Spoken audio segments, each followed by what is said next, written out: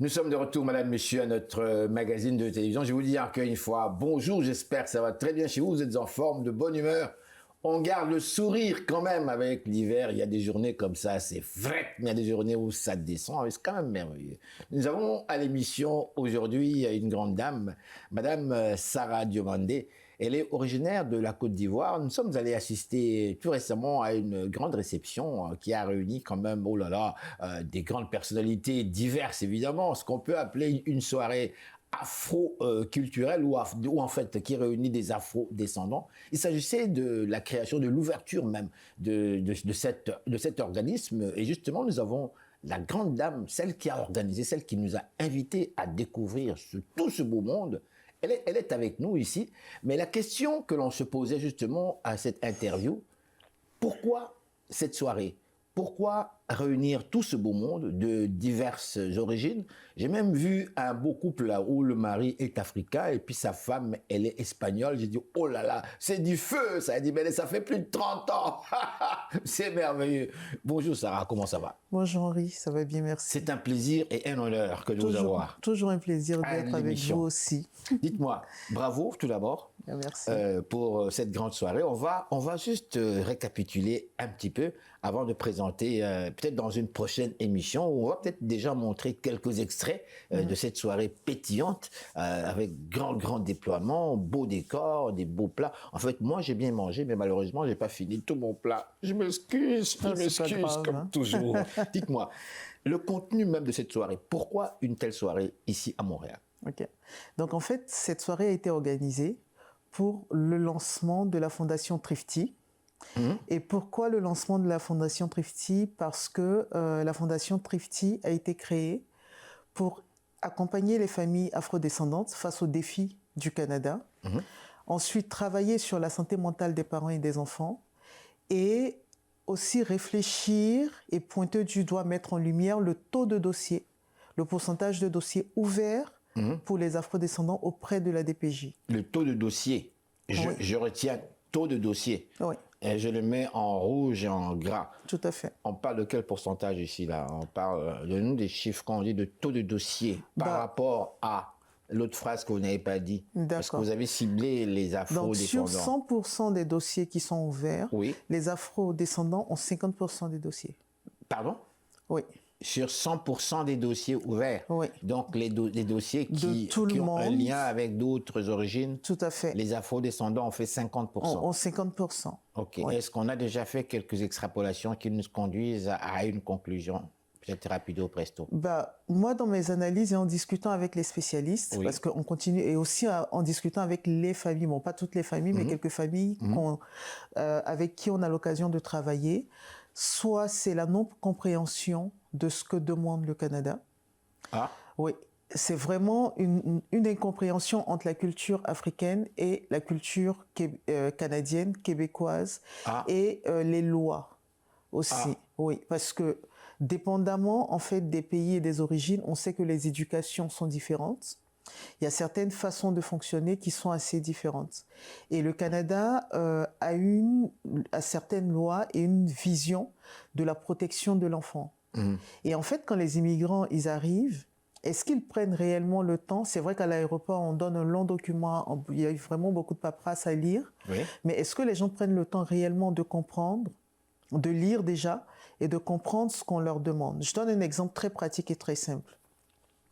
Par exemple, un parent africain qui a son enfant qui est à l'école, même s'il y a des rencontres scolaires qui sont prévues, il ne voit pas forcément la pertinence d'y assister parce que chez nous, l'enfant, on le responsabilise tout de suite et on se dit que s'il a de bons résultats, il sait qu'il doit avoir un bon comportement et ne pas être convoqué. Il ne faudrait pas que ses parents soient convoqués en fait par le conseil de discipline de l'école.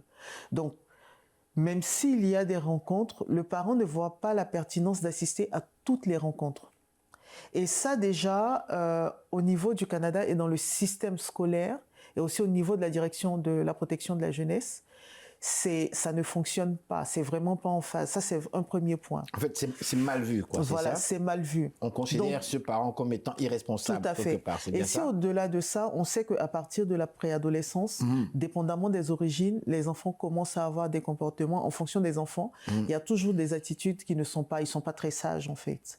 Donc si déjà associé au fait que le parent ne va pas régulièrement ou ne va pas du tout aux rencontres ou aux convocations de l'école, l'enfant avec les soubresauts de l'adolescence ou de la préadolescence a des attitudes qui laissent à désirer et qui l'emmènent en conseil de discipline. Donc ça fait déjà 2 marqueurs. Et avec ces 2 marqueurs-là qui sont considérés comme des marqueurs assez importants, il y a des signalements qui sont faits auprès de la DPJ. Mais je ne veux pas rentrer dans les détails parce que ce n'était pas là l'objet comme tel. Là, c'était un thème simplement que vous venez d'aborder qui est très très intéressant. Mais ici, moi, j'avais une question ici qui me vient comme ça, rapido presto. Lorsque vous parlez de l'adolescent, dites-moi très franchement, qu'est-ce qui fait en sorte que ce garçon devienne agressif quelque part? Ou cette fille? Oui. Parce que pour aller vers la DPJ, moi, je reviens vers des éléments très précis. Qu'est-ce qui fait que c'est ce garçon qui vit dans une famille, qui a des parents, en principe, je pense, des parents qui l'ont élevé avec les éléments de base. Tout à fait. Où on respecte les autres et on se respecte également mutuellement. Et ça commence dans la maison et non pas à l'extérieur même. On ne fait pas de différence entre garçons et filles. On respecte nos sœurs et comme nos sœurs respectent. C'est comme ça qu'on nous a élevés et c'est vraiment réel. Donc la personne connaît cela, connaît ces choses-là. Alors qu'est-ce qui fait que cet enfant, ce jeune homme qui est adolescent, débarque à l'école et puis subitement, il commence à avoir un comportement. Sort un petit peu cette agressivité qui éventuellement le conduit vers la DPJ et tatati et tatata et vers la perception, comment dirais-je, de l'Occident qui se dit mais ils sont agressifs, ils sont bien agressifs. Qu'est-ce que vous répondez à cela? Moi je dirais qu'il y a une incompréhension. Une incompréhension? Une incompréhension parce qu'il y a l'éducation que l'enfant reçoit à la maison. Et à l'éducation, il y a ce qu'on lui dit à l'école, donc il y a une éducation occidentale. Donc l'enfant, au final, se retrouve avec 2 versions.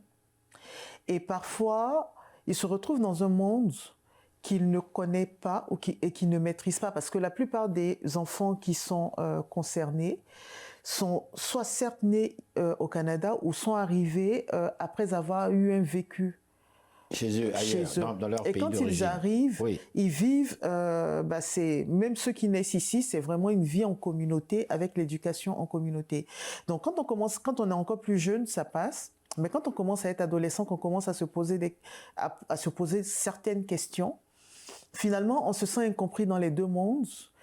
Et il y a une dépression silencieuse qui commence à naître. Oui, ça c'est un fait là.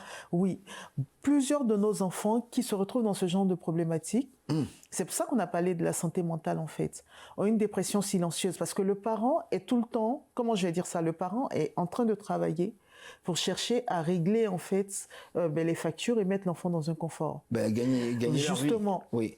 L'enfant lui est perdu entre 2 mondes. Qui n'arrivent pas en fait, ils n'arrivent pas en fait à trouver l'équilibre. Les parents n'ont pas forcément moi je dirais même pas le temps, mais parfois les parents eux-mêmes sont en pleine dépression et ne comprennent pas le monde dans lequel ils vivent. Donc à quel moment est-ce qu'on prend le temps de se rendre compte qu'un enfant ne va pas bien? Et généralement quand on se rend compte que l'enfant ne va pas bien, c'est déjà tard. Soit il y a une addiction soit au sexe ou à aux stupéfiants. Et c'est quand l'enfant commence à être agressif qu'on s'en rend compte. Pareil aussi, j'ai parlé du sexe, là, il y a un taux de prostitution, de proxénétisme dans notre communauté aussi afrodescendante qui est remontée. On a vu les chiffres, là, et c'est vraiment pas réduisant. Mais est-ce que ça aussi, c'est relié aussi à en fait, l'incompréhension, c'est ça? Oui, tout à fait, parce que quand on discute, finalement, c'est généralement quand on discute avec ces jeunes-là, c'est « mes parents doivent me respecter, ils ne me comprennent pas, ils ne m'écoutent pas, ils doivent me faire confiance. » Mais dites-moi, est-ce que c'est relié également aux classes sociales ici, au sein de la communauté, au sein de la, disons, diaspora, ou est-ce que ça atteint tout le monde? Ça atteint tout le monde, en fait, oui. Donc, on parle ici de vraiment Malheureusement. conflit de karma en génération, finalement. Tout à fait, tout à fait. Avec les faits aussi de vivre en Amérique du Nord C'est et ça. ses origines qui viennent de l'Afrique. Tout à Donc, fait. cette intersection-là, Oui. c'est ça, interculturelle. Exactement, c'est ça. C'est exactement ça. Donc, pour revenir à notre sujet, donc vous, en fait, votre organisme, dont vous ciblez tous ces thèmes-là, c'est ça? Oui, oui. Mais cette année, cette année, on a décidé de partir avec les 3 premiers thèmes, les thèmes les plus importants parce que... Qui étaient donc, rappelez-nous? Donc, on a d'abord les défis des familles. Oui. Donc, quand on parle des familles afrodescendantes, c'est soit les familles hommes-femmes, les couples, les familles monoparentales, donc que ce soit des séparés, des veufs ou des personnes célibataires, là, seules, donc que ce soit des pères seuls ou des mères seules aussi, et les célibataires même sans enfants, mais qui sont des couples en devenir et des personnes qui doivent former des couples. D'accord. Voilà, donc ça c'est le premier point. Ensuite, on a la santé mentale des parents et des enfants, parce que autant les parents ont une santé mentale de plus en plus fragile, c'est comme ça aussi que les parents, il y a beaucoup de personnes qui vivent dans une dépression silencieuse et imperceptible. Et ça aussi, c'est relié non pas à leur situation économique ou même sociale, mais c'est plutôt relié, devrais-je dire, à une espèce d'incompréhension, de choc interne par rapport à leur personnalité interne, due à leur culture et la réalité nord-américaine dans laquelle ils vivent. Quoi, tout à fait, tout à fait. Tout à fait. Mais est-ce que cela a-t-il été prouvé? Ou est-ce que c'est plutôt des impressions, on a cette impression, on sent cela ou... Moi, je vais dire que c'est prouvé parce que quand on lit en fait les documents, il y a très peu de recherches dessus, mais on a des rapports, on n'a pas accès malheureusement aux rapports médicaux, puisque bon, malheureusement et heureusement aussi c'est confidentiel. Mais lorsqu'on travaille en fait, parce qu'on essaie de travailler avec des associations et même parfois avec des coachs, et quand on travaille avec ces coachs, la conclusion, c'est vraiment ça, en fait. C'est que ce n'est pas un problème économique, mais c'est d'abord un problème situationnel. C'est vraiment la localisation, la situation, l'environnement environnemental.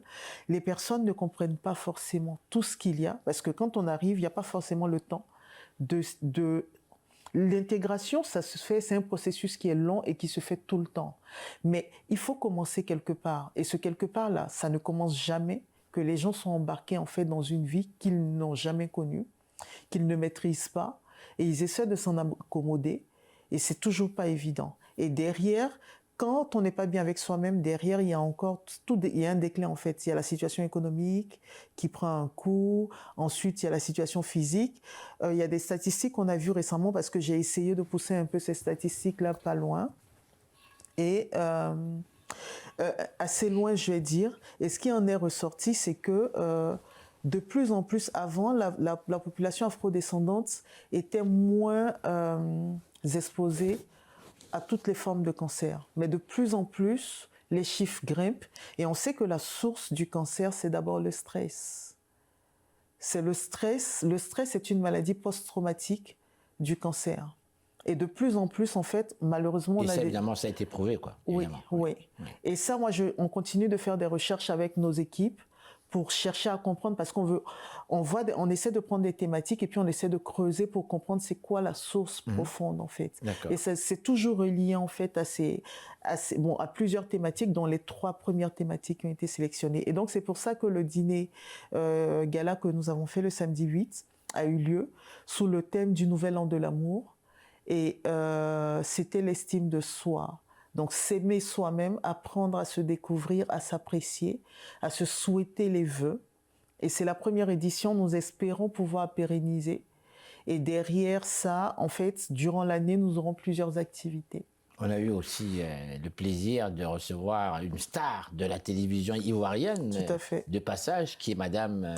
Yasmine Reda. En fait, Yasmine Reda a décidé de s'associer à cette cause. Yasmine Reda, juste pour notre public, qui est exactement, en fait, qui est-elle exactement? Yasmine Reda est une animatrice donc d'une chaîne de télévision en Côte d'Ivoire, qui est NCI, la nouvelle chaîne ivoirienne.